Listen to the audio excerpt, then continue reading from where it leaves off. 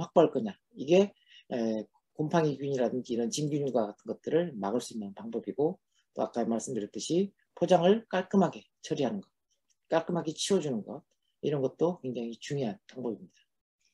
우리가 이제 흔히 이제 뭐 그 포장을 이제 계속 잡초로 이제 풀로 배서 이렇게 멀칭을 하고 이런 활동들을 하고 그러면 잔해를 이렇게 방치하는 거하고 이게 서로 어긋나지 않느냐 이렇게 얘기할 수 있는데, 그래서 사실은 이제 이렇게 계속 풀을 멀칭해서 쌓아놓고 그 안에서 이제 이렇게 농사를 짓는 경우에는, 그래서 유익한 미생물들이 사이사이에 지속적으로 투여돼서 이런 나쁜 미생물들이 없어질 수 있도록 하는 조치도 병행해서 이루어져야 그 효과가 유지될 수가 있습니다. 그 다음에 이제 워터몰드, 이게 이제 낭균류라고 하는 거예요. 네. 제가 이게 일주일 동안 준비하면서 이게 영문 자료들을 이제 번역을 좀 했어야 되는데 제가 번역을 못했습니다. 나중에 자료를 올릴 때는 좀 번역을 해서 하도록 하겠습니다. 주로는 이제 물곰팡이류예요. 물곰팡이. 근데 물곰팡이가 물속에서만 있는 게 아니라 이렇게 식물체에도 오는 거예요. 그러니까 워터 몰드라 그랬으니까 물곰팡이류니까 어떻겠어요? 포장이 많이 이렇게 그 물에 젖어 있다든지, 그다음에 그 춥다든지, 뭐 이런 냉해에 빠져 있다든지, 이럴 때 주로 오는 게 이런 그 워터몰드, 낭균이라고 하는 그런 그 곰팡이 종류입니다. 그래서 사실은 이제 이런 것들을 없애기 위해서는 낭균류 같은 경우는 냉해와 관련이 돼 있고, 또 이제 뿌리 내에 호흡과 또 관련이 많이 있어요. 그래서 주로 이제 이런 포장에서는 강합성 세균이라고 하는 세균이 있어요. 농업기술센터 같은 데 가보면 강합성 미생물이라고 하는 게 있는데, 그런 것을 통해서 뿌리에 활력을 많이 주는 게 굉장히 많이 필요하고요.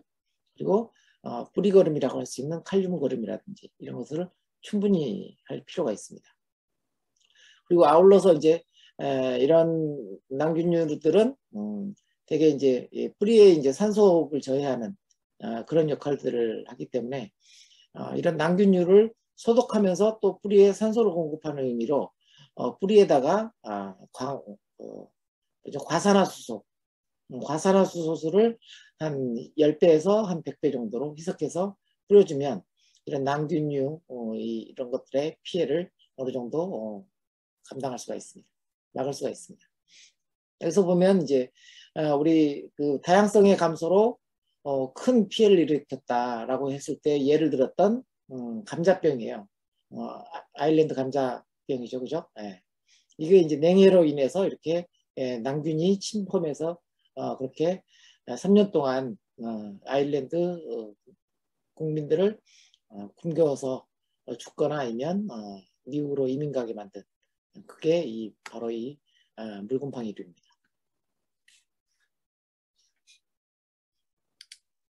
자, 다음은 이제 이게 뭘까요? 이건 박테리아죠. 박테리아.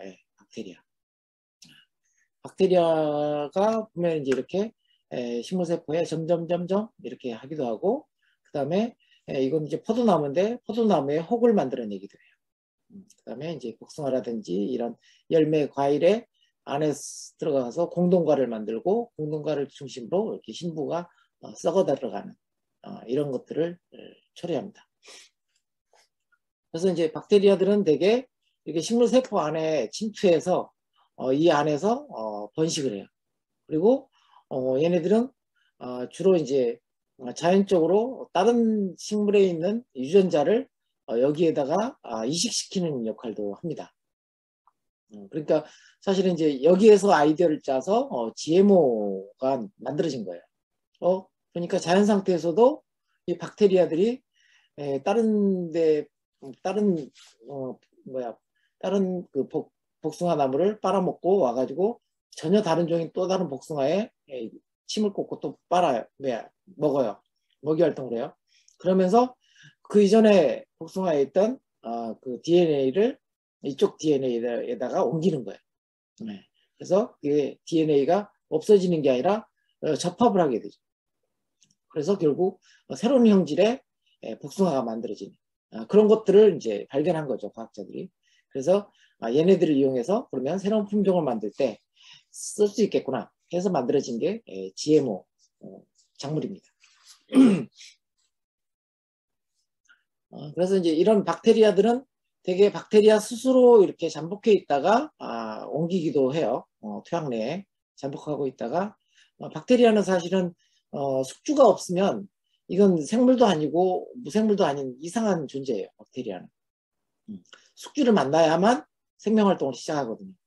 그래서 땅속에 이렇게 잠복해 있거나 또는 이제 이 박테리아를 옮기는 해충들이 옮기기도 합니다.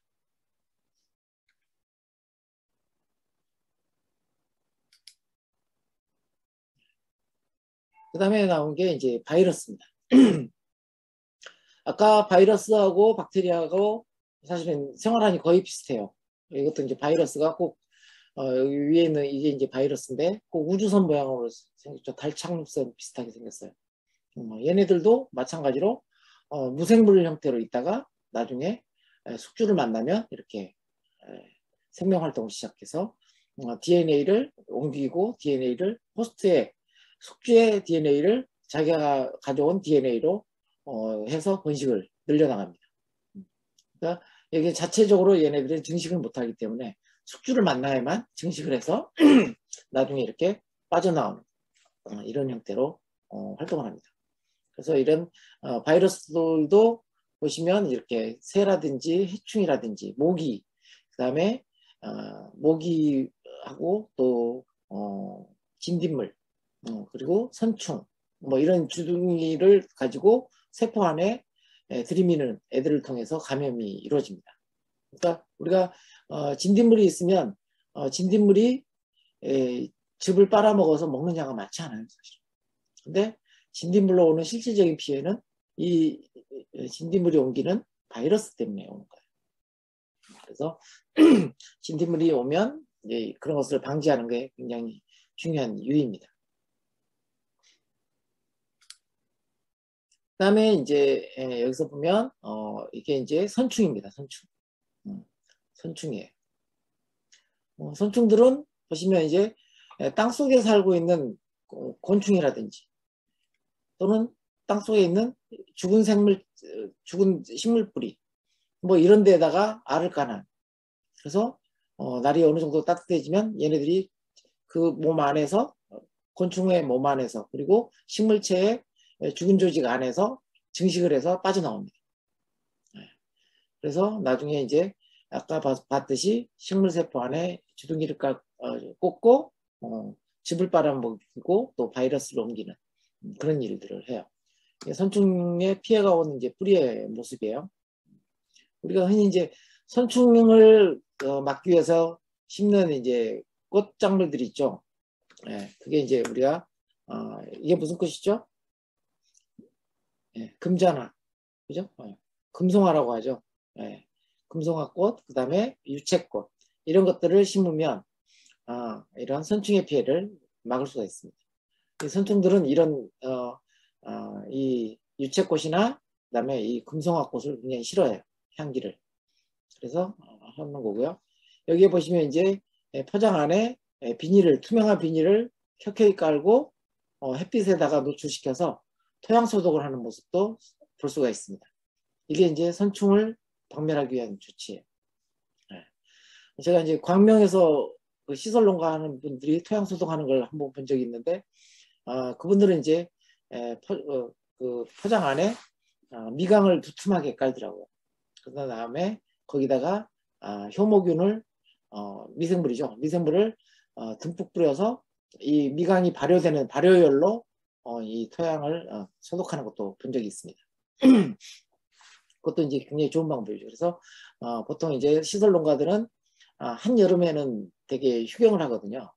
한 6월 말까지 농사를 오일을 열심히 따고 그다음에 다시 이제 한 9월 달 돼서 다시 농사를 시작하기 때문에 그 중간 기간 동안에 그런 어떤 토양 소독을 실행을 하는 겁니다.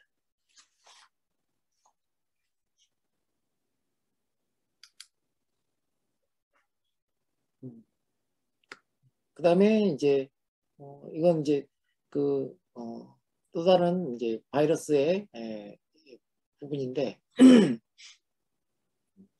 이게 이제 보면 이게 이제 그 외소 증상을 나타내는 애들이에요. 그러니까 여기 이제 건강한 식물, 그다음에 건강하지 않은 식물, 이게 이제 두 가지가 이렇게 나와 있죠. 네. 보면 이렇게 감염이 되면 식물 잎이 이렇게 아주 왜소하게 되죠, 그죠? 네. 이파리가 작아지죠. 그런 것들을 이제 보여주는 모습이에요.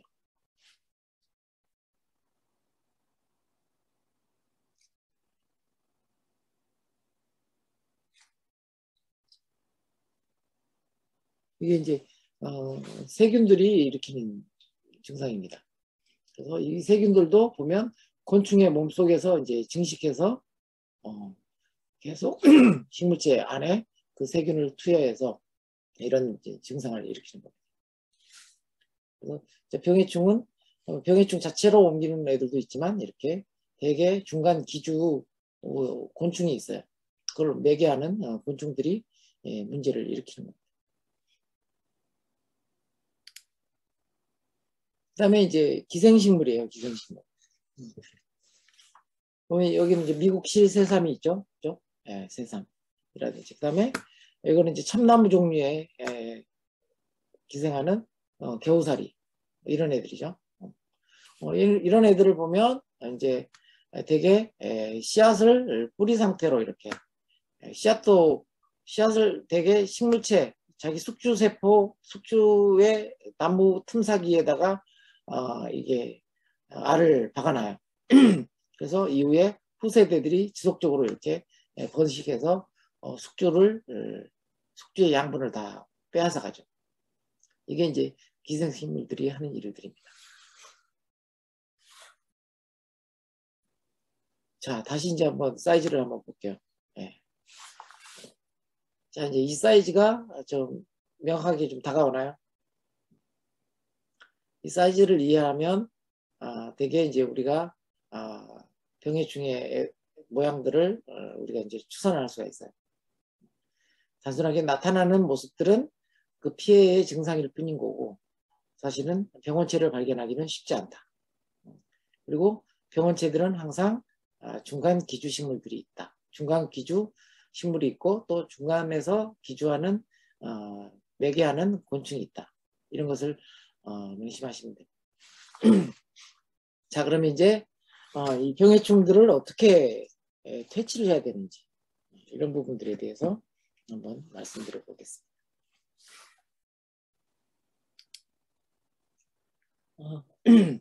건강한 토양 환경을 만드는 게 가장 우선이에요.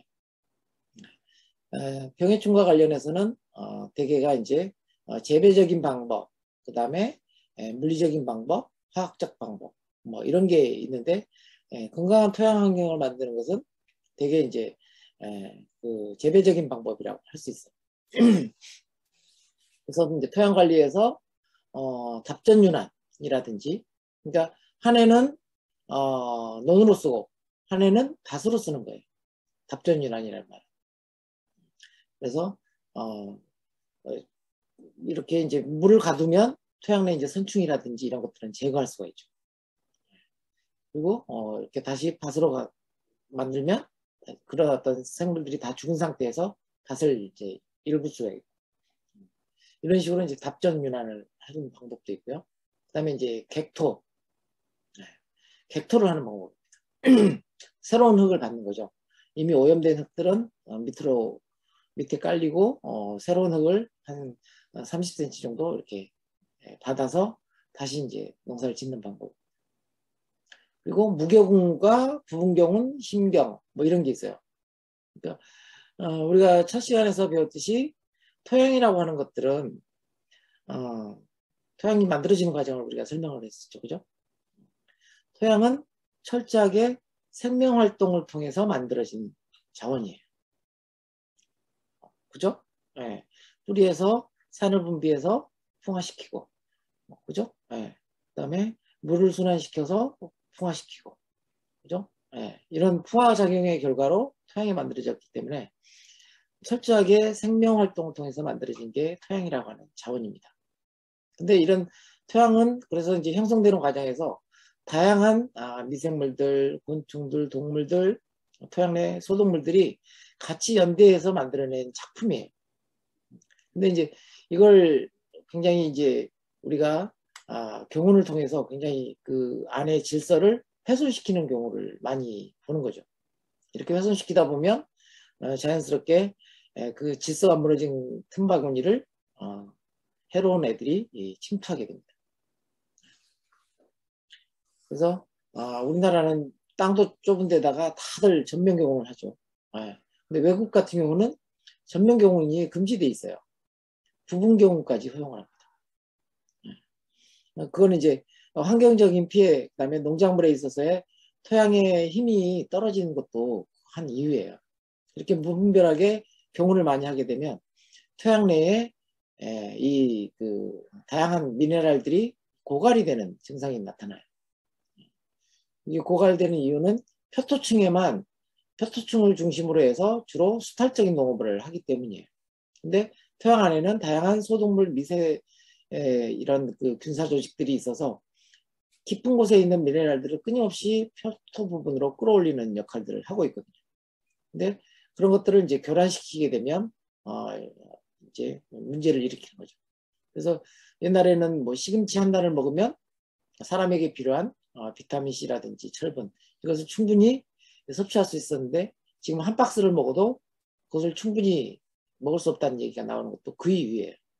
그래서 사실은 부분 경운을 하고 심경은 주로 이제 이 경운을 통해서 만들어진 어떤 그 경반층이라고 하는 딱딱한 층들이 토양 내에 층을 이루면서 토양 내의 상하의 소통을 원활하게 하지 않는 경우가 생기기 때문에 만약 일부 이렇게 경운을 했던 전답이라든지 이런 것들을 새로 우리가 만들어서 농사를 지어야겠다고 한다면 초기에는 심경을 해줘서 토양 내의 토층들이 딱딱한 층들을 파괴하는 그런 작업도 같이 병행을 해야 합니다. 그다음에 이제 토양 개량 자재로서 이렇게 뭐 푼탄이라든지 주로는 이렇게 비트모스라든지 목판, 뭐 규산질 비료, 폐화석 뭐 이런 식으로 다양한 이제 토양 개량 자재들을 활용을 하게 됩니다. 우리가 이제 가장 많이 고갈되는 게 토양 내 부식층이 많이 고갈이 돼요. 토양 내 부식층들은 토양 내에 있는 유익한 미생물들의 보금자리거든요. 그러니까 아까 얘기했던 식물체의 썩은 조직하고는 좀 다른 개념이에요. 토양 내에서 유용한 미생물들과의 공생관계의 결과물이 하나의 부식질이라고 해요. 그런 부식질을 만들 수 있는 그래서 토양 내의 탄소층들을 원활하게 확보하는 것 굉장히 중요한 작업입니다. 그리고 이제 뭐 규산질이라든지 폐화석이라든지 이런 것은 토양에 자연스럽게 이제 산성화되게 되거든요.